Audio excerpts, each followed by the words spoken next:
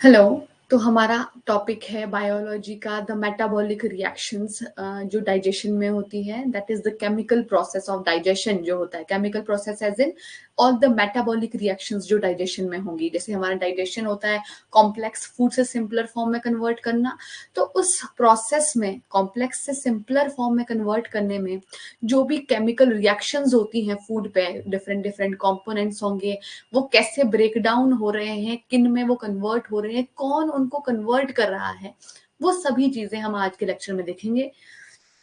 तो firstly there are different type of metabolic reactions which occurs in the different part of our body. हमारी different different body के parts में different metabolic reactions हो रही हैं।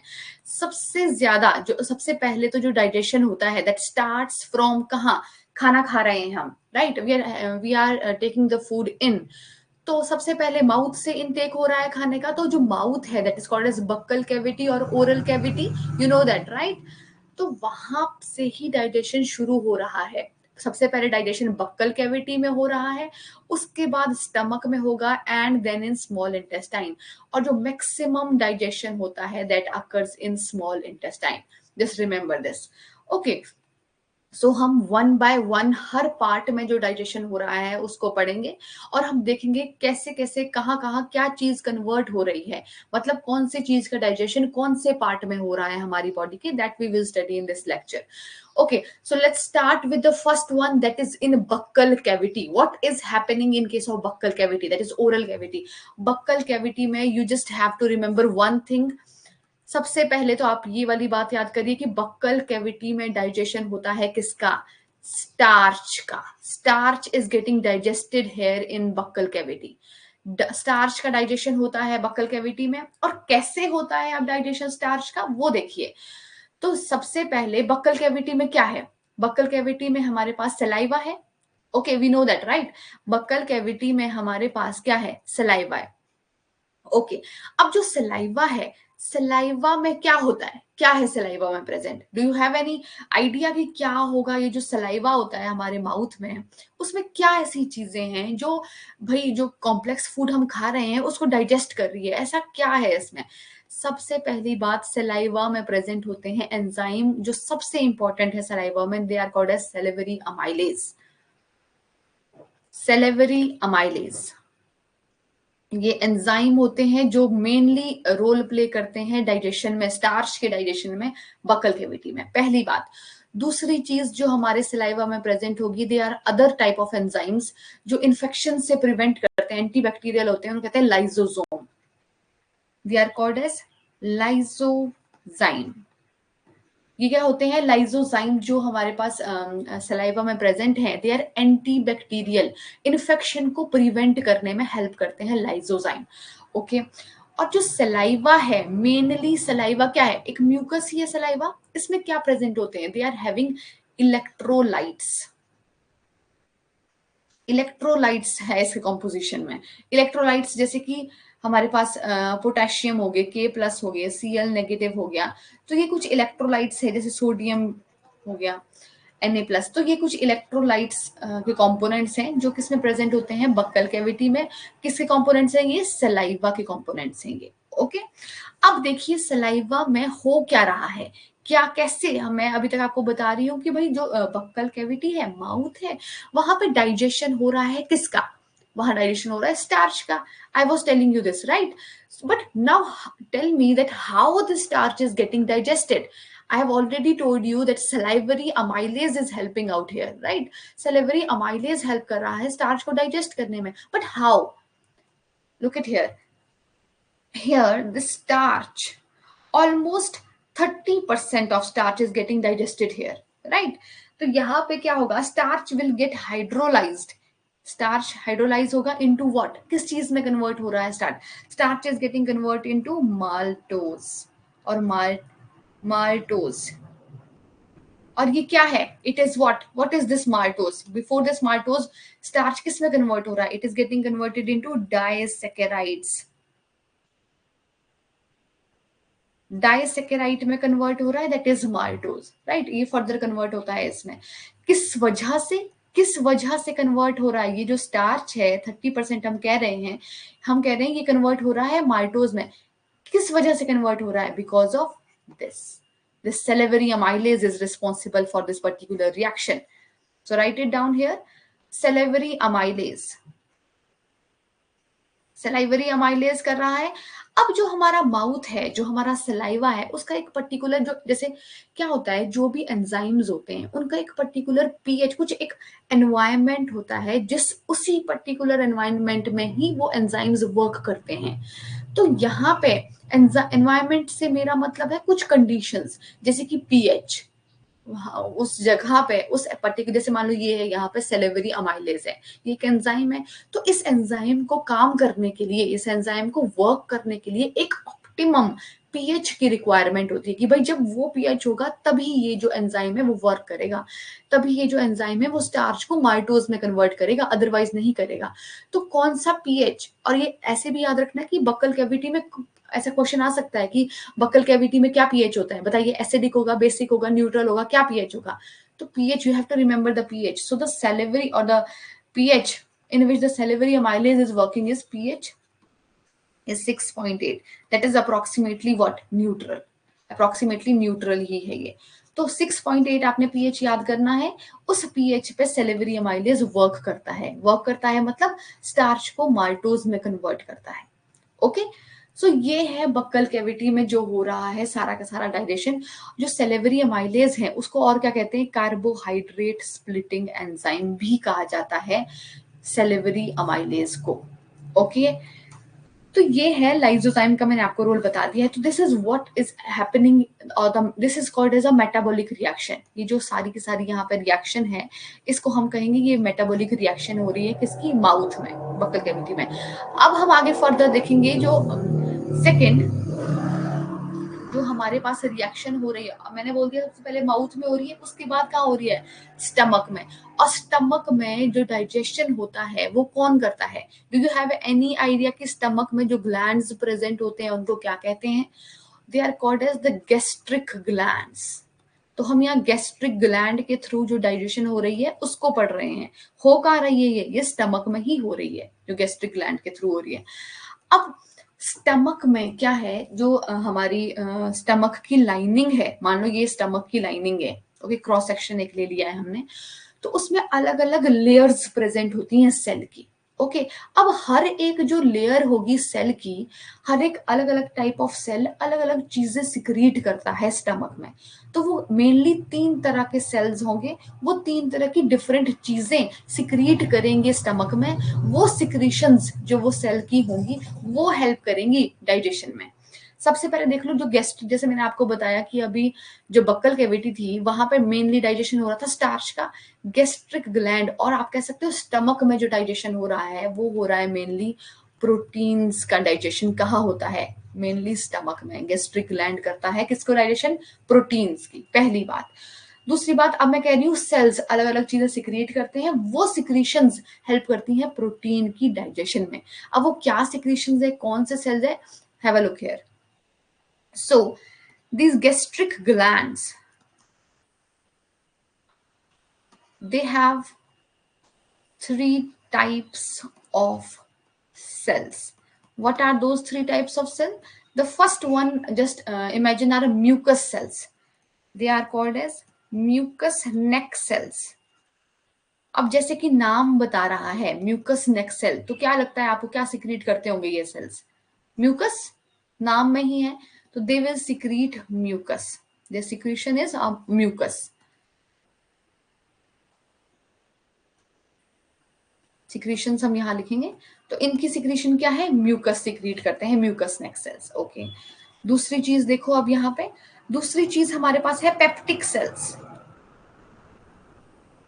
Peptic cells, peptic cells क्या secrete करते हैं? जो पेप्टिक सेल्स होंगे इनकी स्पेशल सिक्रीशन होती है, जिस वजह से जो चीज प्रोटीन की डाइजेशन में काम करती है, जो एंजाइम प्रोटीन के डाइजेशन में इंपॉर्टेंट रोल प्ले करते हैं, वो ये सेल सिक्रीट करते हैं, बट इन एक्टिव फॉर्म में। Remember this, peptic cells secretes pepsinogen, they secretes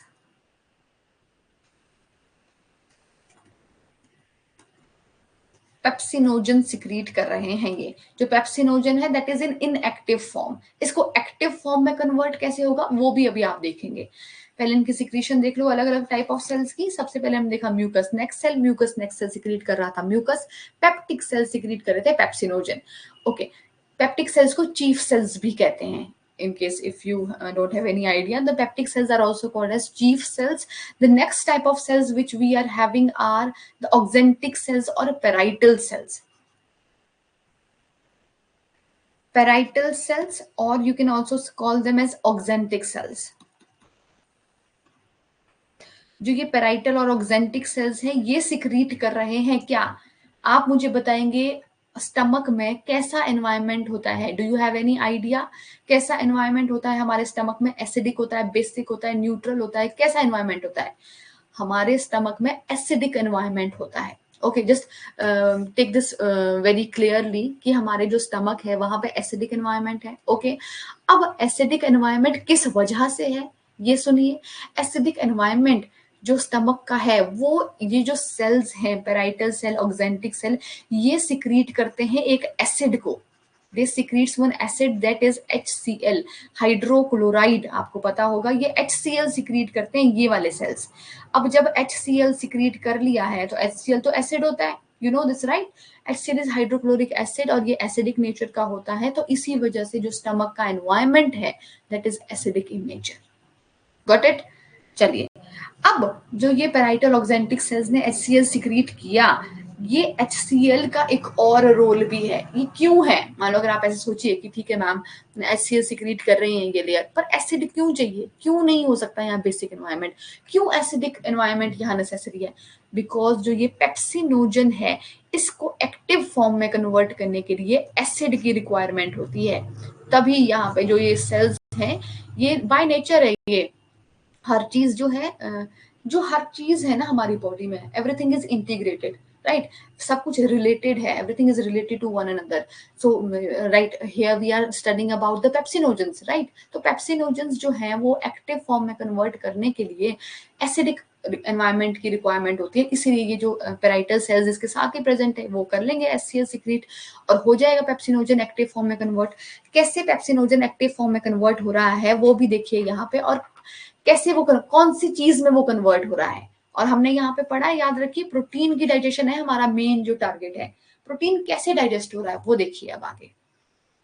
यहाँ पे मैंने आपको पहले तो बता रही हूँ कि जो पेप्सिनोजन है, पहली रिएक्शन तो यहाँ पे यही हो रही है। पेप्सिनोजन जो है वो एसिड के साथ कन्वर्ट हो जाएंगे। Pepsinogen is in what? In active form. अब ये जब एसिड के साथ मिल गए तो ये एक्टिव फॉर्म में कन्वर्ट होंगे, और एक्टिव फॉर्म में क्या कहते हैं उसको कहते हैं पेप्सिन। पेप्सिन, अब जो ये पेप्सिन है ये प्रोटीन का डाइजेशन करेगा। देखिए कैसे, पेप्सिन में हमने कर दिया कन्वर्ट। ये जो पेप्सिन है ये करेगा किस चीज में? ये अब मेन मेटाबॉलिक रिएक्शन लिखने जा रही हूं मैं जो स्टमक में होती है। ये क्या करेगा पेप्सिन? जो हमारे पास प्रोटीन्स है, प्रोटीन का डाइजेशन कर देगा। ये किस चीज में प्रोटीन का डाइजेशन करेगा? तो प्रोटीएजेस, प्रोटियोजेस एंड पेप्टोन्स, ये दो प्रोडक्ट आएंगे प्रोटीन की डाइजेशन से, पेप्टोन्स एंड प्रोटियोजेस। और ये कौन कर रहा है? पेप्सिन कर रहा है। पेप्सिन कैसे बन रहा है? Pepsinogen plus HCl। ये एक्टिव फॉर्म में है। ये जो पेप्सिनोजन था ये क्यों नहीं कर रहा था directly conversion, directly digestion protein का? क्योंकि ये इनएक्टिव फॉर्म में था। तो इसको एक्टिव में के लिए हमें एसिडिक एनवायरनमेंट चाहिए होगा, और फिर ये एक्टिव फॉर्म है। तो और पीएच क्या होगी यहाँ? What do you think what will be pH here? हमें पता है HCl प्रेजेंट है तो मतलब एसिडिक ही होगा। और जो बिल्कुल अप्रोप्रिएट पीएच है वो आप याद करेंगे दैट विल बी 1.8, और जो कि हमें पता है it is acidic in nature, acidic pH है ये। ठीक है, तो अगर आपको एक शॉर्ट फॉर्म में ये पूरी मेटाबॉलिक रिएक्शन देखनी है तो it is protein is being digested into peptones and proteoses by this digestion is because of the enzymes which are pepsin and at pH that is 1.8. So this is the metabolic reaction which is taking place in our stomach. This digestion is because of the gastric glands. Gastric glands होते हैं ये जो secrete कर रहे हैं, जो stomach के glands होते हैं ना, उनको कहते हैं gastric glands. ओके तो ये जो डाइजेशन हो रहा है ये हो रहा है स्टमक में. स्टमक में इनके अलावा भी एक दो चीजें होती हैं. एक होता है रेनिन. आई डोंट थिंक आपने ये सुना होगा. डाइजेशन में जो रेनिन होता है, रेनिन जो है वो मिल्क प्रोटीन के डाइजेशन में हेल्प करता है. Rennin milk protein. बट ये जो रेनिन है ये सिर्फ और सिर्फ इन्फेंट्स के गैस्ट्रिक ग्लैंड और इन्फेंट्स की सिक्रीशन में ही होगा. इन्फेंट मतलब जो बेबीज होते हैं उनकी सिक्रीशन में होता है रेनिन. क्यों? बिकॉज वहां पे जो डाइजेस्ट करना है वो मेनली मिल्क ही है, मिल्क प्रोटीन ही डाइजेस्ट करना है. तो वहां पे रेनिन जो एंजाइम है वो पाया जाता है. कहाँ पे? It is found in the infants gastric juice of infant. Infant के क्या? गैस्ट्रिक जूस में, गैस्ट्रिक जूस ऑफ इन्फेंट्स में पाया जाता है रेनिन. और ये क्या हेल्प करता है? Which helps in the digestion of milk protein. Milk protein के डाइजेशन में हेल्प करता है रेनिन. ओके और देखिए एक और आपके माइंड में एक क्वेश्चन आना चाहिए कि ma'am you are telling us that the environment of our stomach is acidic, right? अब पीएच क्या बताया मैंने आपको? 1.8. ये तो जला देगा. अगर इतना पीएच आप कह रहे हैं हमारे स्टमक में है, तो जो हमारे स्टमक की लाइनिंग है वो जल क्यों नहीं रही है? बहुत हाई पीएच चाहिए. ऐसे हाईली एसिडिक कोई भी एसिड होता है, अगर हमारी उंगली टच कर देती है ना इतने एसिडिक को, तो वो जल जाएगी उंगली. पर हमारा स्टमक क्यों नहीं जल रहा है? अंदर से इंटरनल लाइनिंग क्यों नहीं जल रही है उसकी? The possible reason for this is because जो हमारा स्टमक है वो अंदर से प्रोटेक्टेड है बाय बाइकार्बोनेट्स और म्यूकस लाइनिंग होती है अंदर पेट के. तो जो एसिडिक एनवायरनमेंट अंदर होगा वो टच नहीं कर पाएगा बाकी सेल्स को. एनवायरनमेंट स्टमक के बाकी सेल्स जो होंगे उनको वो नहीं अफेक्ट कर पाएगा. कौन? जो एसिडिक एनवायरनमेंट है पेट में. और क्यों नहीं कर पा रहा है? Because of the mucus and bicarbonate cells. Because of mucus and what? Bicarbonates present in where? In the gastric juice. और ये क्या कर रहे हैं? They are protecting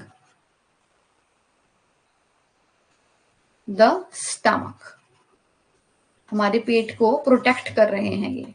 okay so this is all about the gastric glands digestion. क्या क्या digestion कर रहा है गैस्ट्रिक ग्लैंड परफॉर्म, वो सब हमने यहाँ पे पढ़ा. आगे अब हम फर्दर मूव करेंगे about the small intestine. Small intestine में अब मैंने आपको बताया शुरू में ही कि जो स्मॉल इंटेस्टाइन है वहां पे मैक्सिमम डाइजेशन हो रहा है.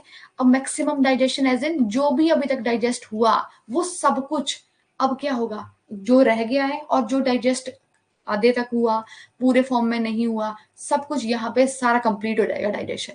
जो भी कॉम्प्लेक्स फॉर्म से सिंपल फॉर्म में कन्वर्ट करना है स्मॉल इंटेस्टाइन में मैक्सिमम डाइजेशन हो जाता है.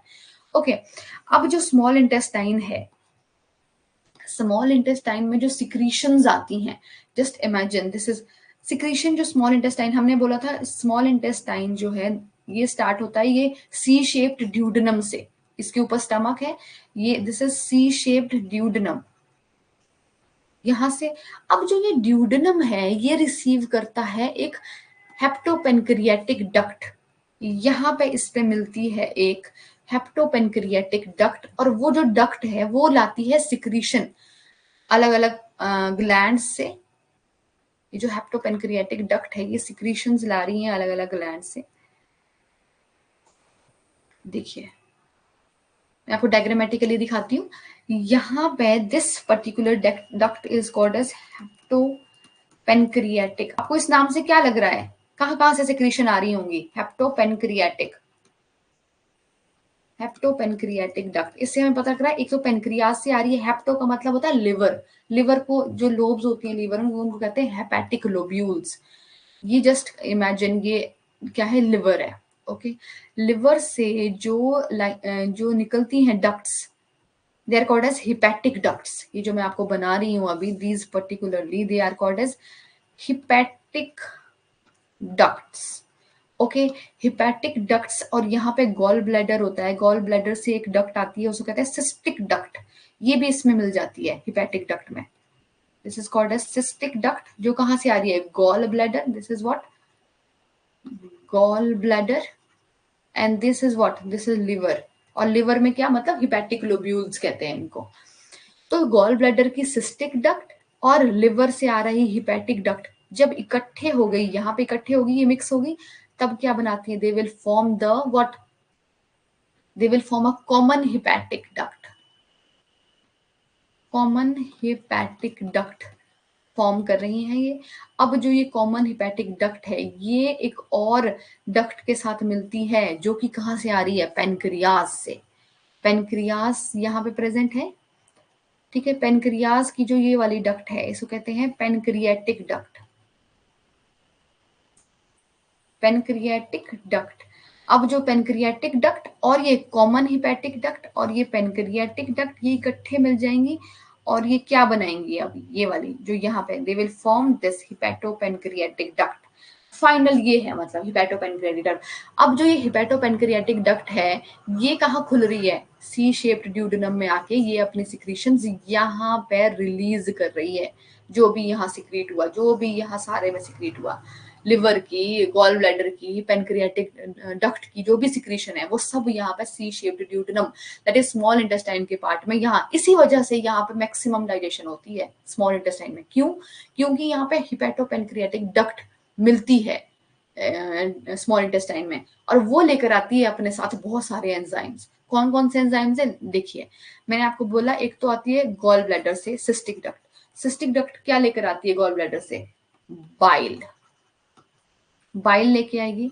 दूसरी मैंने आपको बोला हिपैटिक डक्ट, हिपैटिक डक्ट लेकर आती है लिवर से, और लिवर से क्या लाती है, ये बहुत सारे इंपॉर्टेंट एंजाइम्स लेकर आती है। तो एक हो गया, मतलब इन टोटल लिखेंगे इसके सारे, कॉमन हिपैटिक डक्ट से आया बाइल, मेनली जो सबसे इंपॉर्टेंट होता है बाइल। उसके बाद आ गया पेनक्रियाटिक डक्ट। पेनक्रियाटिक डक्ट क्या रिलीज करती है, पेनक्रियाटिक जूसेस। पेनक्रियाटिक जूसेस में क्या प्रेजेंट होंगे, अभी अभी हम देखेंगे आगे फर्दर, बहुत सारे एंजाइम्स होते हैं पेनक्रियाटिक जूस से, ये हम सारे देखेंगे। और इंटेस्टाइन के खुद के क्या सिक्रीशन है, उसको कहते हैं सक्कस एंटेरिकस। सक्कस एंटेरिकस हो गए, ये होता है, इसे और कहते हैं इंटेस्टाइनल सिक्रीशन, जो इंटेस्टाइन खुद रिलीज कर रहा है, खुद की जो उसके सिक्रीशन है, इंटेस्टाइनल सिक्रीशन। अब एक एक करके इन सभी को हम देखेंगे। जो बाइल है उसका इकलौता बहुत इंपॉर्टेंट फंक्शन है इमल्सिफिकेशन ऑफ फैट। जो फैट होता है उसको डाइजेस्ट करता है, उसको इमल्सिफाई करता है कौन, bile. This is the important role of bile, that is emulsification of fat. Okay, next देखिए, नेक्स्ट हमारे पास यहाँ पे है पेनक्रियाटिक जूसेस।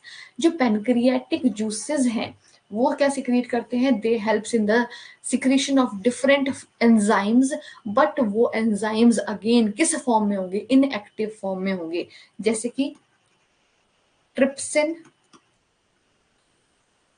काइमोट्रिप्सिन, कार्बोक्सीपेप्टाइडेज, ये कुछ कुछ चीजें जो है ये प्रेजेंट होती है प्रो कार्बोक्सी पेप्टाइडेज। अब जो ये मैंने यहाँ लिखा ना ट्रिप्सिन और काइमोट्रिप्सिन, ये है एक्टिव फॉर्म में, ये पेनक्रियाटिक जूस में नहीं होंगे, ये होंगे बाद में फॉर्म होंगे, जब एक्चुअल में पेनक्रियाटिक जूस में प्रेजेंट होते हैं ट्रिप्सिनोजन, ट्रिप्सिनोजन और काइमोट्रिप्सिनोजन। अब जब ये आगे फर्दर मैं आपको पढ़ाऊंगी कैसे ये जब एक्टिव फॉर्म में कन्वर्ट होते हैं तब बनते हैं, ये ट्रिप्सिनोजन से बनता है ट्रिप्सिन एक्टिव फॉर्म में, और काइमोट्रिप्सिनोजन से बनता है chymotrypsin. But here for the time being just write down the trypsinogen and chymotrypsinogen, because here in pancreatic juices they are present in inactive form, active form में नहीं होते हैं। तो होंगे ट्रिप्सिनोजन, काइमोट्रिप्सिनोजन, प्रो कार्बोक्सीपेप्टाइडेज, और यहाँ पे present होता है अमाइलेज, लाइपेज, लाइपेजेस और न्यूक्लिएजेस, ये अलग अलग चीजों की डाइजेशन में इंपॉर्टेंट रोल प्ले करते हैं। जैसे कि न्यूक्लियसेस है, ये न्यूक्लिक एसिड की डाइजेशन करता है। लाइपेजेस है, ये आगे फैट्स की डाइजेशन करेगा। न्यूक्लियसेस करेगी किसका, न्यूक्लिक एसिड की डाइजेशन। और जो अमाइलेजेस हैं ये किससे करेंगे, ये कार्बोहाइड्रेट्स, कार्बोहाइड्रेट्स की डाइजेशन करते हैं। और जो ये तीनों के तीनों हैं, ट्रिप्सिनोजन, काइमोट्रिप्सिनोजन, प्रोकार्बोक्सीपेप्टाइडेज, पहले ये कन्वर्ट होंगे एक्टिव फॉर्म में, that is trypsin, chymotrypsin, procarboxypeptide, carboxypeptidase.